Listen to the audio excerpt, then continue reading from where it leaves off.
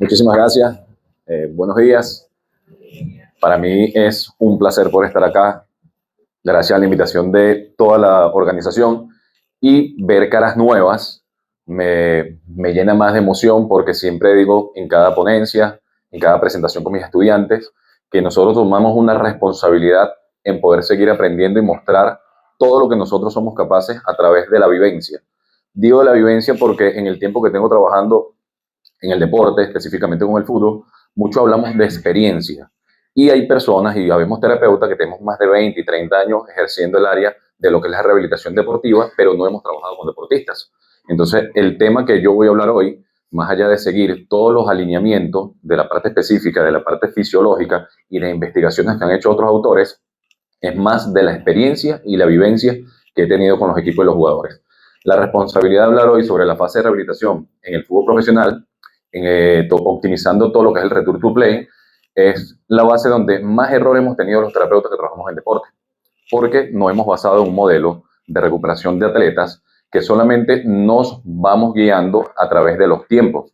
Tiempo de reparación tisular que vamos respetando, tiempo de la lesión o del tejido normalmente es la que sufre en el deporte, y nunca tomamos en consideración cada uno de los parámetros que te da el atleta. Y esos parámetros en el área deportiva siempre nos pasan muchas consecuencias. ¿Por qué? Porque en este caso, entender un poco lo que es el regreso a la cancha es entender que todo es un proceso multidisciplinario para que un atleta vuelva a competir tras una lesión. Y nosotros necesitamos hacer que ese jugador regrese de la misma manera antes de lesionarse o mucho mejor, aumentando su nivel de parte del rendimiento previo. En los riesgos, en el return to play, después, perdón, después de ejercer o cumplir un parámetro específico de recuperación con el atleta, siempre recaemos cuando apresuramos al atleta. Y en el deporte siempre caemos en esa presión porque el fisioterapeuta en el deporte también tiene una responsabilidad mayor. Y la responsabilidad es que cada técnico con lo que trabajamos y preparadores físicos necesitan ese jugador para tenerlo semana a semana con su buen rendimiento y poder cumplir con cada una de las fases de su rendimiento dentro de la cancha. Por eso provienen las recaídas, recaen los jugadores, porque nosotros a veces no sabemos manejar los parámetros en cuanto, no a la responsabilidad fisioterapéutica, sino a saber hablar con un técnico de que tú eres el que sabe cuáles son los procesos fisiológicos que se están manejando, cuáles son los procesos de adaptación del ejercicio y sobre todo los procesos de educación al atleta. Y esto lo vamos llevando, ¿por qué? Porque cuando hablamos de una lesión de larga estadía, bien sea una ruptura del tendón de Aquiles, bien sea una lesión del ligamento cruzado anterior, que es la que más nosotros abocamos en el deporte, nos enfocamos en un modelo moderno que era lo que veníamos trabajando a través de tiempo. Y esos modelos que eran basados en tiempo los llevamos por semana. Hoy, después de que termina la recuperación o la rehabilitación, empezamos a trabajarlo con criterios objetivos de lo que es la sensación del jugador. Antes y después de la lesión, ¿qué se puede hacer?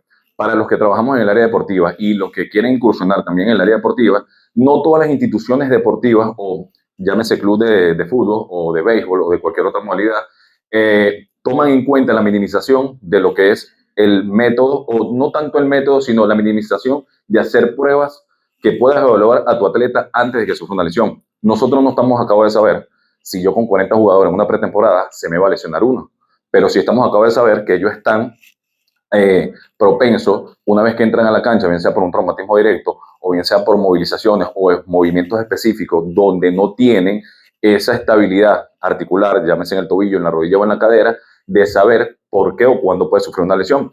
Siempre en la pretemporada hacemos lo siguiente: medimos.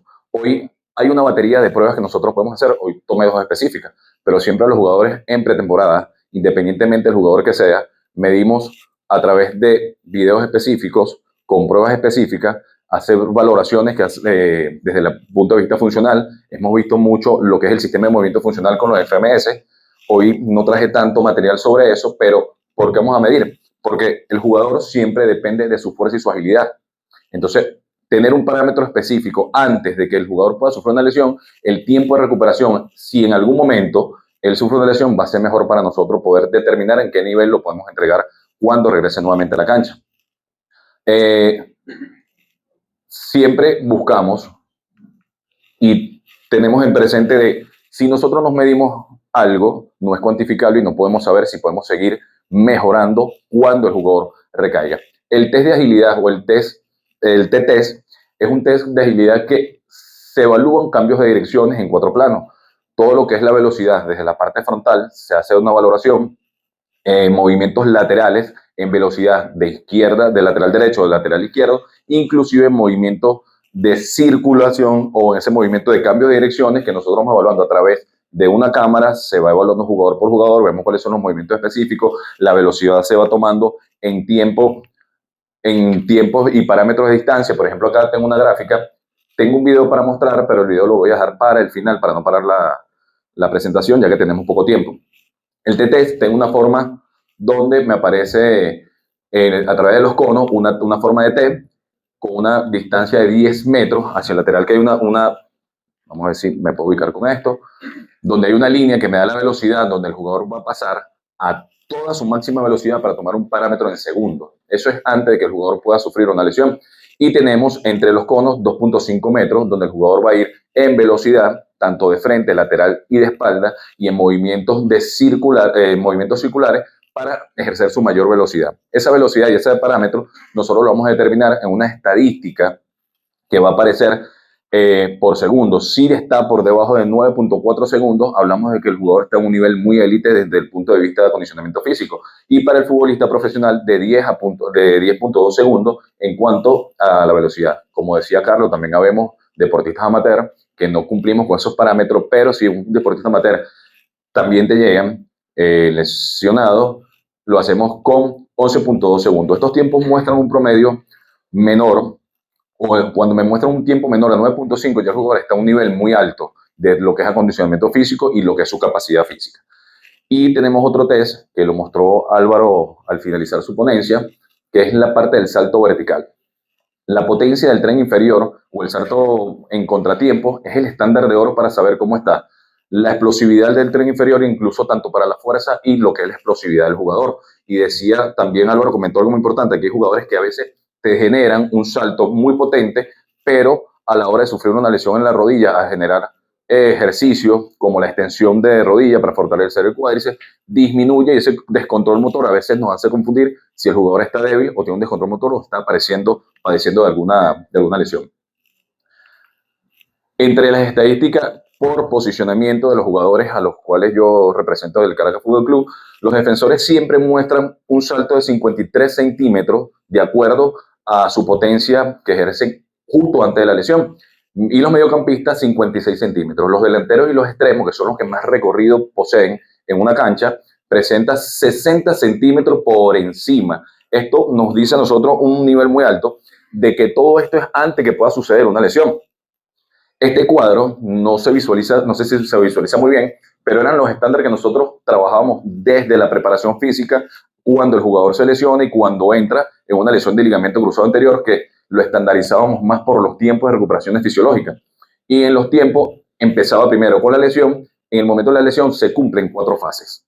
Esas fases están la fase que es donde se comienza con todo lo que es la parte de adaptación de movimiento, disminución de dolor, aumento de rangos articulares y disminuir lo que es el proceso inflamatorio de la mano siempre del cirujano y de la mano siempre del terapeuta con los agentes físicos que vamos aplicando. Y luego viene una parte después de 3 semanas, de la 4ª semana a la 5ª semana, que es lo que nosotros llamamos el proceso de rehabilitación. El jugador venía inmovilizado y comenzamos a trabajar con la parte de reeducación. En esta parte de reeducación a veces nosotros damos por alto el tema de trabajar con lo que es la neuroplastia y con todo lo que nosotros comenzamos a trabajar ese proceso del ligamento. Nos abocamos solamente a trabajar la inflamación y mucho evitamos el movimiento por miedo a que se pierda bien sean los anclajes que hicieron los cirujanos. Nosotros dentro de esos rangos que podemos permitirnos, podemos arrancar a hacer la movilidad pasiva, la movilidad asistida del jugador en este caso, y partiendo de ahí con todos los componentes que tenemos hacia el lado, que es trabajar todo lo que es la resistencia, la fuerza velocidad cuando pasamos a 6ª semana. Y también caemos en un error porque muchos autores te dicen que después de la semana 12 el jugador puede comenzar a correr. Y sí, evidentemente puede comenzar a correr, pero podemos hacerlo disminuyendo impacto, podemos hacerlo en piscina, podemos hacerlo con trabajos en elíptica, con bicicletas, y no someter a la plástica que se le realizó a ese trauma directo. ¿Por qué? Porque muchas veces no sabemos si ya te dice tienes 12 semanas, el proceso fisiológico ya ha regenerado y no sabemos si con ese impacto también puede generar un desplazamiento de la plástica. No sé si han escuchado sobre el síndrome de síncope, que sucede en el ligamento cruzado anterior. Al tercer mes es la semana más crucial para lo que es la regeneración de la plástica. El ligamento se corre o se pierde los anclajes que colocaron. El jugador, como ya ha venido desarrollando una fuerza, esa fuerza me genera una estabilidad a través también del tendón roturiano y va a tener una estabilidad donde no va a presentar ningún tipo de sintomatología fuera de la que no sea con el proceso de reparación. Al mes 5 siempre se toma en cuenta que es el mes más peligroso porque es cuando el jugador entra en ese exceso de confianza. Puedo correr, puedo hacer giro, puedo hacer cambio de dirección, incluso puedo hacer la valoración que nosotros hicimos al comienzo con la parte del salto vertical, lo va a hacer. Y muchas veces el ligamento también se fue y se tarda todo ese proceso de recuperación. Pasando a lo que es la fase del alta deportiva, esta es otra secuencia o otra consecuencia de lo que podemos llevar nosotros como terapeutas, porque el alta deportiva no la damos solamente nosotros. Tiene que seguir trabajando de la mano con el neurocirujano, que es el que realizó la operación, y en este caso nosotros seguir de la mano con el atleta y pasa algo que no todos acá en Venezuela podemos trabajarlo de buena manera. ¿En qué sentido? Lo que es la parte de la redactación. En Venezuela no hay una titulación que nos diga a nosotros como fisioterapeutas que somos redactores deportivos. Y en el fútbol pasa muchísimo con el preparador físico, porque tienen buen conocimiento fisiológico, pero ellos también quieren tomarse esta parte de ser el redactador. Cuando nosotros entregamos a esa semana, al mes 5, a nuestro jugador, estamos corriendo el riesgo de que ese proceso se atrase más, porque ellos van a determinar y van a entender que el jugador, porque ya el mes 5 pueda correr, hacer cambio de direcciones de buena manera, ya está al 100%. Y es cuando vienen las recaídas directamente, porque le dan un sobreestímulo a lo que es la parte de la fuerza, a lo que es la parte de la traslación durante el entrenamiento, lo ponen a hacer entrenamiento directamente con el grupo, donde tiene que tener un contacto 1 versus 1 y los demás jugadores no lo van a cuidar. Y lo que hablamos con el tema de desequilibrios musculares, y lo habló Antonio en su ponencia, más allá de que él estaba hablando del hombro, muchas veces pasa, cuando tenemos un desequilibrio muscular, el jugador disocia o no asocia bien cuando estamos corriendo esos niveles de coordinación desde el punto de vista hacia la velocidad, hacia la carrera, no coordino bien un giro hacia la derecha con la parte pélvica o no tengo una buena estabilidad del core, del centro del tronco, también me va a recaer en movilidad, inestabilidad, haciendo compensaciones con articulaciones que no tienen nada que ver con la articulación de la rodilla, pero me va a recaer también en la lesión. Entonces, el mostrar todo este proceso para poder llegar a la alta competitiva, se quedó pegado esto por acá. Acá. Ok. Entonces, después de cumplir todo este proceso para poder llegar a la alta competitiva, es cuando viene y nos hacemos la pregunta de cuándo realmente termina el proceso de recuperación y cuándo nosotros comenzamos a optimizar y a generar esa fase, ese proceso y ese apoyo al jugador. Aquí no terminó la recuperación del jugador después de 6 meses. Y se habla que todos los protocolos o todos los criterios que se venían diciendo de recuperación de ligamento cruzado anterior, al 6.º mes ya el jugador podía jugar, pues, valga la redundancia, ya podía entrar a la parte competitiva. No pasó por un proceso de adaptación de fuerza que lo traemos desde el gimnasio hacia la cancha y de la cancha a la competición. Terminó, le dimos el alta, ese jugador va directamente al 6.º mes, va directamente con el equipo y pasan una secuencia de reeducación, educación al jugador que no fueron cumpliendo durante esa fase. Por eso nacen estas 4 fases hacia la parte de la recuperación, que es el riesgo cuando realmente regresa el jugador. Esto se muestra en una tasa de recurrencia en el fútbol profesional y muy alarmante, porque siempre le digo a los jugadores que tengo recuperación de cruzado anterior, si no cumplimos cada una de las fases vas a tener una lesión muscular. ¿Dónde? No lo sé. Pero ahí viene la parte donde está el exceso de confianza, donde manejamos un poquito más la kinesiofobia, que lo hablaba Carlos, y el trabajo que comienzas a hacer tú como fisioterapeuta, con tu equipo multidisciplinario, con el psicólogo y con el nutricionista. Al mes 6, no todos los jugadores vienen cumpliendo con buena alimentación, buena hidratación y buena base desde la parte de ingesta de carbohidratos. ¿Por qué? Porque nosotros ahora necesitamos ganar masa muscular, perder masa grasa, incrementos en cuanto a la parte de la hidratación para mejorar tanto su velocidad y ganar la confianza en los duelos 1 contra 1 y en la acción y reacción. Todas las lesiones musculares se dan en la excentricidad del movimiento y es lo que hace el jugador cuando corre. Al frenar, lo primero que hace es un movimiento excéntrico y ahora nosotros tenemos que adaptar esa musculatura a que comience a tener más cargas excéntricas que concéntricas. En las lesiones isquiotibiales se da, tenemos por acá un porcentaje muy alarmante que se da entre el 12 o el 43% en el futbolista cuando vienen procesos de recuperaciones largas, igual con las lesiones inguinales. Las lesiones inguinales son más propensas porque con una lesión del ligamento cruzado anterior, nosotros, muchos terapeutas, nos enfocamos solamente a trabajar cuádriceps e isquio. Nos olvidamos de los aductores, del glúteo medio, de la zona media, zona lumbopélvica, y todo ese desequilibrio que nosotros no podemos hacer desde el punto de vista muscular hacia el centro del tronco también nos recae en las lesiones. ¿Por qué? Porque comenzamos a hacer más gesto deportivo en el caso del jugador, más gesto repetitivo de musculatura que no fue estimulada y comienzan esos procesos de inflamación en la parte muscular. Los esguinces de rodilla siempre va a pasar cuando viene una triada de O'Donoghue, jugador que se le hace una plástica del ligamento cruzado anterior, del menisco, ligamento colateral medial, comienzan a generar más cargas repetitivas y hay alineaciones o valoraciones que nosotros pasamos por alto, como el caso de la valoración postural. Aquí nos estamos apurando ya. Entre los factores claves, el riesgo de una lesión sin contacto muchas veces es el doble de riesgo basal. ¿Qué quiere decir esto? El jugador no necesita tener un contacto con otro jugador en competencia para tener una lesión. Simplemente trabajé y estimulé mucho la potencia en una sentadilla para trabajar el cuádriceps, pero me olvidé de trabajar la elasticidad, todo lo que es la parte de movimientos neurodinámicos del isquio y hacer que haga un desplazamiento en potencia o en salto.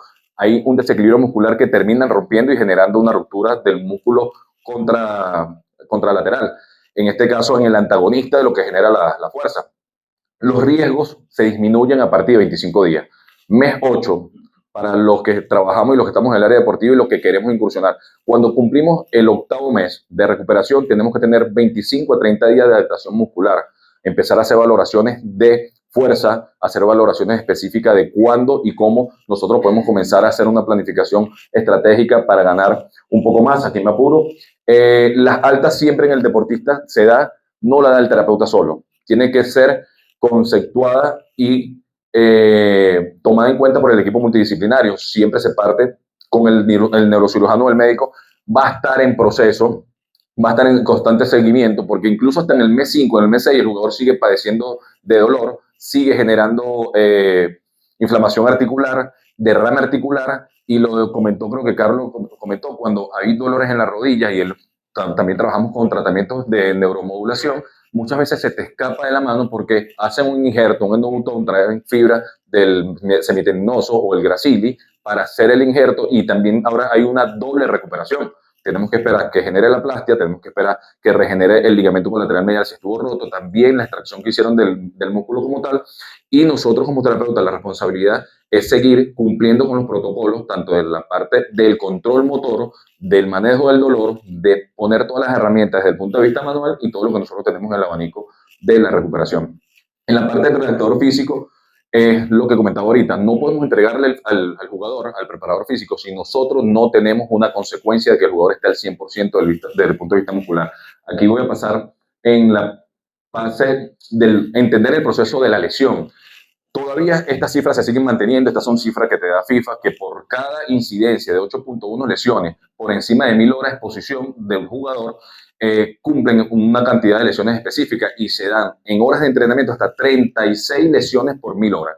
Y nosotros a través de los GPS que manejamos con los preparadores físicos vamos cuantificando la cantidad de kilometraje después de 8 meses, cuando hacemos la parte de activación física, el recorrido de este jugador a través de GPS. Nosotros vamos tomando la cantidad de horas, cantidad de recorrido, la distancia recorrida para poder hacer también los factores de descargas musculares, trabajar con la parte de la flexibilidad, mantener una musculatura que esté bastante sana desde el punto de vista terapéutico para nosotros poder exigirle carga a ellos. Se cumplen 4 fases después de esa recuperación. El control de la lesión ya es parte de lo que nosotros vamos haciendo, saber cómo está la movilidad articular, mejorar la elasticidad, saber cómo tenemos la resistencia muscular, incluso para poder comenzar nosotros con el criterio de incremento de masa muscular. Se quedó pegado. De recuperar la función, a pesar que estamos en el mes 8, todavía seguimos controlando lo que es la movilidad articular y comenzamos con un proceso de trabajo de reequilibrio o en ese caso de propiocepción y manejar todo lo que son los componentes propioceptivos, trabajar todo lo que tiene que ver con la capacidad aeróbica, incrementándolos nosotros sin entregarlo al preparador físico, llevar esos parámetros. El fisioterapeuta que trabaja en el deporte tiene que conocer muy bien la fisiología, tiene que saber muy bien planificar y cuantificar el ejercicio y tener un punto determinante de que yo soy el que decido cuando le entrego el preparador físico. El preparador físico muchas veces te decía, mi trabajo no es tu campo, pero yo no te voy a entregar un jugador que yo no sepa que esté al 100% para que después lo lesione y de quién va a ser la culpa, porque la culpa siempre va a ser el fisioterapeuta. No lo recuperaron bien. Siempre va a ser, nosotros vamos a ser los culpables de todo, ¿no? La otra, por favor. Factores clave que aumentan el riesgo: la falta de preparación física, que acabo de comentar, la parte de lo que es la técnica cognitiva. Tenemos que trabajar mucho el equilibrio, el reequilibrio, todo lo que tiene que ver con la parte cognitiva del jugador. Si yo tengo un jugador que no mantiene y no posee buen equilibrio, tampoco va a poder poseer buena coordinación en la parte de la carrera. Las cargas inadecuadas. No pasemos de que yo puedo con 20 kilos subir los 60 si no hice una prueba de un RM. Y también aquí hay un centro muy importante que me apoyo muchísimo. La otra, por favor. Me apoyo muchísimo cuando hacemos ese puente de la redactación, que es con MEDEX. En MEDEX es lo más cercano que tenemos en las máquinas que ellos tienen de hacer valoraciones isocinéticas. Me da a través del rango articular 70, 40, 65 los vectores de fuerza que me da cada grupo muscular, bien sea para los extensores de rodilla como para los flexores de rodilla. Y así nosotros podemos tener un punto determinante de esa valoración que comencé hablando al principio, de que el jugador tiene que tener su masa muscular al 100% cuando no está lesionado, posterior me llega a la operación o posterior a la parte quirúrgica y tienes un 45% de la fuerza. Y nosotros vamos estimulando de acuerdo a ese número, saber cuándo podemos llevarlo por lo menos al 95% más cercano de cómo estaba antes de la lesión. La otra, por favor. Estas son las pruebas que se hacen directamente en MEDES. Buscar esa carga competitiva hasta que mi jugador no tenga el 95%, yo no lo puedo entregar. Y muchas veces hay desequilibrios musculares que nosotros pasamos por alto, por no medirlo, y a veces si no tenemos la parte de la máquina isocinética, nosotros también, no al ojo por ciento, pero sí trabajar mucho con lo que es el estímulo del jugador. ¿Me duele? Sí te duele. Vamos a ir pruebas específicas que nosotros podemos hacerlo y desde el punto de vista manual podemos llegar a concretar si el jugador puede o no puede. Si hay dolor, no entra. Así sea un 0.5 de dolor, no puede estar. Eso es como cuando lleva un jugador a la selección. Si no estás al 100%, no puede estar porque tenemos 500 más, ¿sí? Pasamos a la otra. Y la vuelta al entrenamiento, esta es una de las partes donde esos trabajos específicos de uno contra uno, viene el miedo del jugador, si choco, roto la cadera y me tocan la pierna, puedo volver a recaer, es cuando entra el trabajo del psicólogo. Tenemos que apoyarnos muchísimo con el psicólogo del equipo. Hay muchos equipos que no cuentan con esta figura y hay jugadores que pueden pagar una consulta para que lo ayude. ¿Por qué? Porque muchas veces te estoy hablando de la fuerza, de la resistencia, de la movilidad, de la agilidad. Más importante es tener una concentración mental, es más importante tener una salud mental para que ese jugador no vuelva a recaer. Porque yo puedo estar muy fuerte, pero si dudo tocar una pelota, inclusivemente la cabeza me dice no vayas y el cuerpo sí. ¿Sí? Entonces cuando me chocan, automáticamente puede generar una rotación y volvemos a caer en una lesión, no precisamente en la rodilla, sino en otro segmento del cuerpo. La otra, por favor. Resumo con esto lo que conversaba antes de la lesión. La fuerza tiene que estar al 100% cuando hacemos la valoración. No sabemos si el jugador se nos va a lesionar.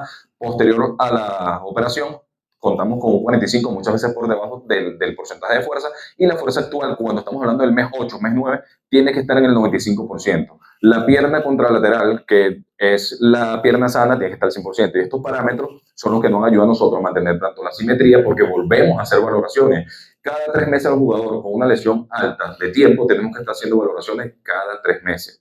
Bien sea por cambios posturales, bien sea por cambios de fuerza, por centimetría. Si no está simétricamente, tampoco puede regresar. Hay muchos parámetros que quisiera tener aquí y pudiese explicarlo, pero el tiempo no nos está dejando, ¿no? Vamos. Los criterios de alta: sin dolor a la palpación, los rangos de movimiento tienen que estar completos, sin derrame articular, y se supone que con 9 meses el jugador está al 100%. No, señores, todavía no está al 100%. Hay jugadores que con lesiones de ligamento cruzado anterior pasan un año y medio y todavía tienen limitaciones funcionales, restricciones capsulares e inflamación de la rodilla. Pasamos la siguiente. Factor psicológico, se lo estaba comentando ahorita con el tema de la kinesofobia, puede ser tan limitante para la lesión, y la confianza del criterio del jugador para que pueda regresar puede generar el éxito de él a su recuperación y el éxito tuyo también como fisioterapeuta. ¿Sí? Pongo el caso de este jugador, Daniel Rivillo, porque en todos los segmentos que nosotros vimos en la recuperación de él, es una persona bastante decidida, pero después de 9 meses, cuando regresó, tenía miedo, inclusive hasta para el primer partido. Terminó siendo la figura de ese partido. No sé si hay que Táchira ese, pero ese día, bueno, él fue quien mató al Táchira en el partido. Y para nosotros, no solamente el resultado, sino la vocación que tuvo él, la decisión que tuvo y la determinación para regresar con tantas ganas, no lo logró la fisioterapia al 100%. Fue más su parte mental, más su trabajo con el psicólogo que determinó que él podía estar al 100% y él terminó creyéndose. La siguiente. Y para cerrar, siempre hablamos que cuando la recuperación final del jugador, si lo llamamos por tiempo, no es el final de la recuperación. El Return to Play te da el comienzo o determina el final también de que tú puedas llevar a tu jugador al 100%. El riesgo de las recaídas es más alto en los primeros meses, por eso terminaste 8 meses y ahora nosotros como terapeuta hacemos una recuperación paralela a la del preparador físico. Sigue trabajando con el preparador físico. Tú con bases y criterios vas a decir por qué necesitas tener ese jugador con buena masa muscular, con buena estabilidad y poder llevarlo así sea un año. Tengo un jugador también del equipo que tiene un año después de la lesión y lo seguimos trabajando nosotros. Esa potenciación que tú le vas dando como fisioterapeuta y esa confianza que le vas dando me permite a mí que esa fuerza no disminuya, que la masa muscular no disminuya, con otros componentes como la nutrición, con otros componentes como la hidratación y llevándolo también a su máximo nivel. Y a nosotros siempre no te van a agradecer con aplausos. Y muy pocos los jugadores vienen y te reconocen, pero lo reconoces tú cuando lo ves jugando al 100%, que el 95% de ese hecho de satisfacción para el jugador fue tuyo. Por eso hoy, para cerrar, viendo tantas caras, tantas mentes inteligentes, tanta gente maravillosa y agradeciéndole a todo el personal, felicitaciones a María Orlando y que también está de cumpleaños, pedir ese aplauso para ella. Pedir ese aplauso para ella y también ese aplauso para ustedes, porque a todos nosotros siempre en consulta va a llegar un jugador o un paciente que te va a decir que tú eres el mejor fisioterapeuta del mundo. Y hoy aquí en Venezuela tenemos a los mejores fisioterapeutas del mundo de cada paciente. Muchas gracias.